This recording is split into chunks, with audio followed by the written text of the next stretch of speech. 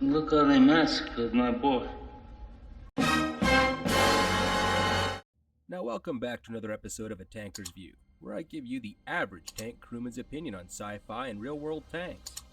Riding that algorithmic wave I've been on for the last little while, you made it loud and clear what you wanted me to look at next. So like every video I've done thus far, this is my own opinion based on what lore and specifications I'm aware of or can find during my research process of about 3 to 5 days.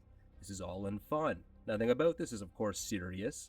And finally, before I also begin, a huge thank you to everyone who subscribed and helped make this channel a success. I'd still love it if you were new here, if you'd tap that subscribe button, give me a thumbs up and leave a comment. With my self-service and obligatory fence sitting out of the way, let's carry on looking at that Malcador. By the way, who the heck at Geedubs hates Malcador? Seriously, this is the only way I could see them honoring the first regent of Terra, Malcador the hero. Must have been one of Magnus's simps. So we all know it's Magnus's fault he's dead.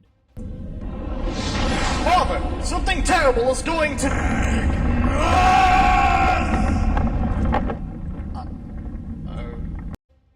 Now I can tell you this one is probably going to give me a stroke if I look at it too long. I can already see about a half dozen reasons why anyone with a modicum of common sense wouldn't want to get into this thing. So let's look at the history first. Well, the Malcador's history is ancient, possibly even predating the Rust. Not even the Mechanicus is entirely sure of when it was created, and given the nature of the Mechanicus, that's not really too surprising. It may have been designed during the Age of Strife, it may have been designed post-heresy, given its moniker. So I'm going to use the standard Geedubs cop-out and kind of say it's lost to time. Its numerous flaws outweigh any advantage its armor and armaments possess, and it's relegated this thing well at a frontline service with almost all Imperial Guard and put it firmly in second-line status or with just straight PDF units. With one notable exception, you know and love your gas mask-clad child soldiers, the Death Corp of Krieg. Big round of happy gas mask noises for our insane shovel-wielding psychos, shall we? And its specs are fortunately well known, unlike its history. So again, as per usual, I'm going to look at the base model. The base model Malcador clocks in at 105 tons with that V12 multi-fuel engine. That again will run on anything remotely combustible. At 9.6 meters long, 4.4 meters wide, and 3.9 meters tall, it's larger than the Rust, but actually a little bit more low slung and profile. Requires a crew of 6 minimum to operate at maximum efficiency, and it's got many variants as the Rust to fill any sort of role it may have needed at the time. From dedicated anti-infantry with bolters or flamers, to ad hoc tank busters. Its speed of course is abysmal by modern standards at 25 kilometers per hour max, but well within acceptable margins of the 40K universe. It's reputed to be underpowered and easy to achieve a mobility kill on, as its engine and transmission are apparently extremely temperamental. Its low power, fuel efficiency, and weak speed are what ultimately did this in and removed it from frontline service. Hitting the whole trifecta of what a tank is supposed to be. It packs your standard battle cannon in the turret with no coax, and it's got only 32 rounds on board to move into battle with. Backing up the battle cannon is 3 heavy bolters, 1 on the bow as per usual, and 2 in flank-mounted casemates with 7,500 rounds between them. Yes, I said casemates and not sponsons, as they are internally mounted flush with the frame preserving its silhouette. I would say that this is undergunning it given its size, but those 75 rounds are essentially mass-reactive self-propelled grenades, so that kind of helps equalize the firepower on the battlefield quite significantly, especially when dealing with horde tactics. And now here's why this thing is a massive liability. This thing is clearly based on the Renault FT7 produced by France. France. Who, all memes aside, actually makes some pretty freaking amazing tanks.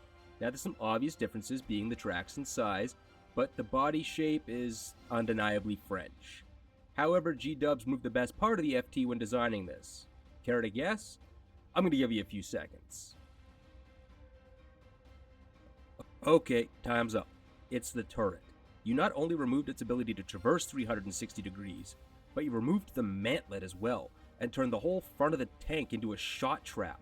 Hell, the first good smack to the front is liable to trap your driver as it warps and buckles his door.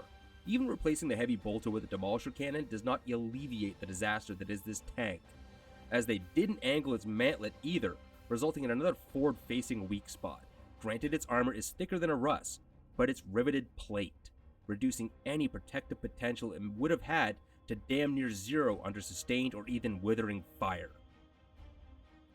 And then there's the abortion that is the Vraks. Yes, its length allows it to traverse trenches with ease, but the engine and transmission have to get it there first. And, well, the tracks are just too thin and lacking in clearance to really be too effective in any environment in relation to its size. Like, how long is it going to take for Joe Guardsman to forget this fact, start crushing Chaos cultists in the God Emperor's name, and blow out a track as he sucks a Slaneshi cultist into the drive chain and its barbed wire metal aid gets stuck and buckles the track plate? Oh yeah, speaking of these tracks, they also lack any sort of grip to tear into the terrain it's supposed to move through. Now, trench warfare is muddy, and metal gets as slick as shit when it gets muddy, and this will result in any unprepared tanker getting stuck and spinning their tracks faster than an Inquisitor will scream heresy. Looking back through history, this is why we make our tracks either corrugated or padded and hiked up their skirts. Terrain matters, especially when your drivetrain may be put at risk. Enough mud and heretic bodies build up in your track and pop, off they're gonna come. You need proof? Here's my tank in Afghanistan. It rained for 2 weeks straight, turned the ground into the consistency of a triple thick milkshake.